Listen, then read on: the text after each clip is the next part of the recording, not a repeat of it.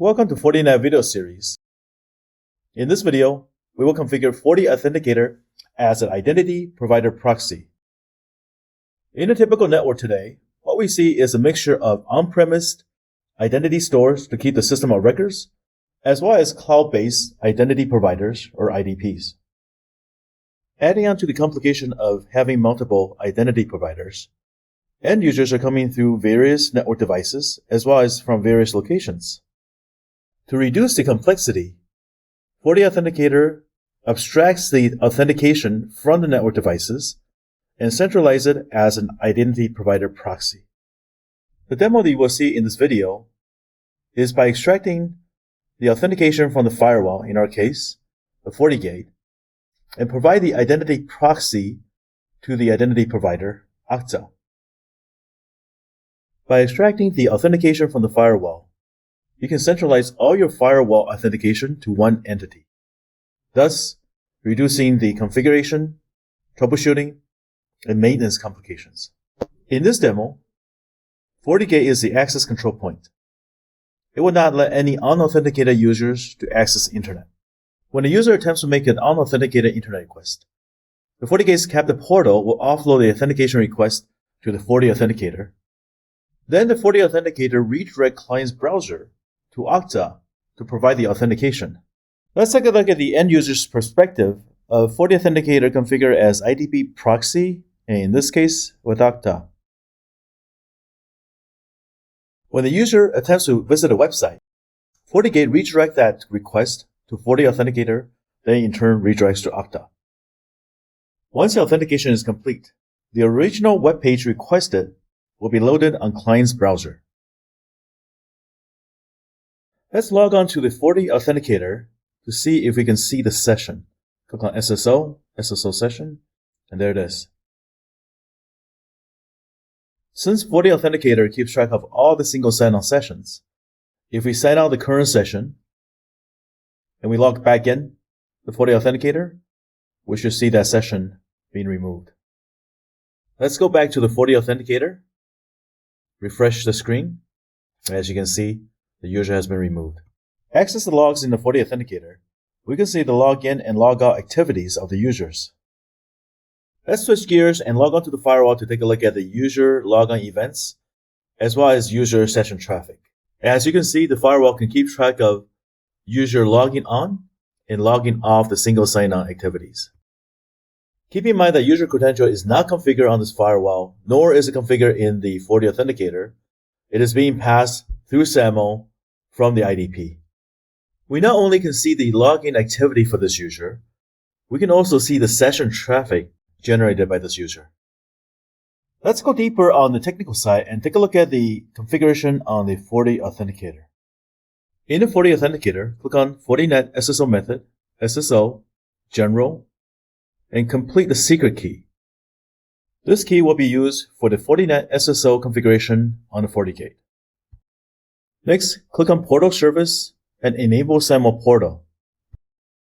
Next, click on Authentication, Remote Authentication Servers, SAML, click Create New. In our case, we already have one created for Okta. Keep this page open as we configure Okta, as there's information on this page we'll need to complete the Okta configuration. Then we'll come back to this page to complete the information from Okta to complete the FortiAuthenticator configuration. Now let's transition over to Okta's website and see how the single sign-on is configured. Log into Okta's website, click on Applications,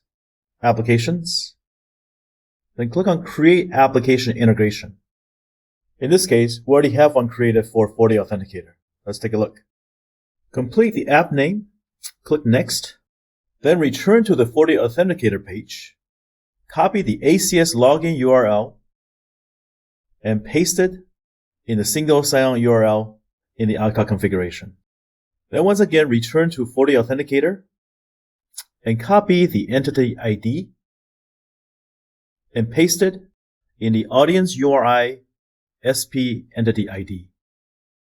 Next, scroll down to the attribute statements and complete the fields as you see on the screen. When it's completed, Move on to the next section, group attribute statements. Complete the name group and also the filter .start.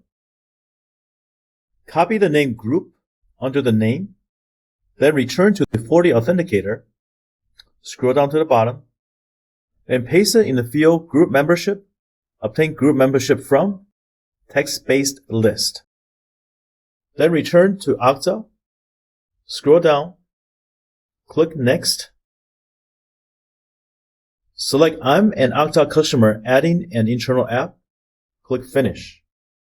Next, you need to obtain the metadata by clicking on Identity Provider Metadata.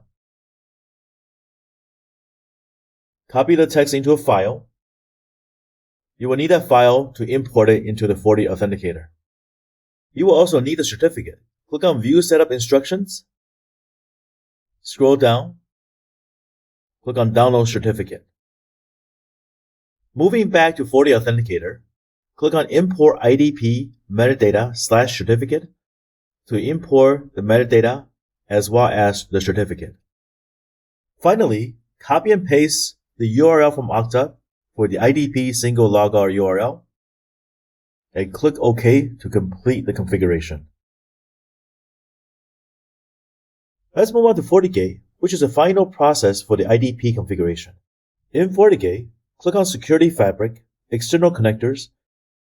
In the primary FSSO agent, fill in FQDN for the FortiAuthenticator, as well as the secret that was configured in the authenticator.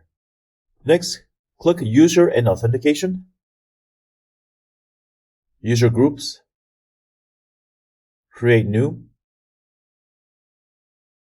complete the name, click on Plus for Add Members, select the Okta group, click OK. Then click on Policy and Objects, Addresses. You want to create new. Create one for the FortiAuthenticator. Input the FQDN. Change the type to FQDN. Click Create New again. And this time you're creating traffic that will allow access to Okta's website. Create an FQDN entry for each one of the FQDN you see on the screen.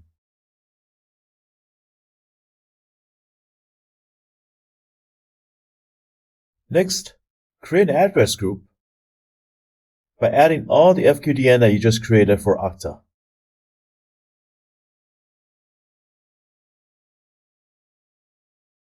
Next, click on the firewall policy. Create a policy to allow FortiAuthenticator. Specify the incoming and outgoing interface. Source. Destination would be the FQDN that you enter for the FortiAuthenticator. Next, create another policy to allow DNS access. Create another policy for access to Okta's website. Use Okta bypass address group for the destination. The final allow policy to add is for the single sign-on users. Specify the source. For address, select all. User, select guest group, as well as the user group that was created from Okta. Final part of this configuration is to configure the captive portal. Access the docs.fortinet.com and go to FortiAuthenticator. Access the cookbook. Click SAML Authentication and SAML FSSO with FortiAuthenticator and Okta. Click on Configuring FSSO on FortiGate. Scroll down to the part where you see the replacement message. Copy the text into a text editor. Replace the FortiAuthenticator FQDN. Then go back to FortiAuthenticator.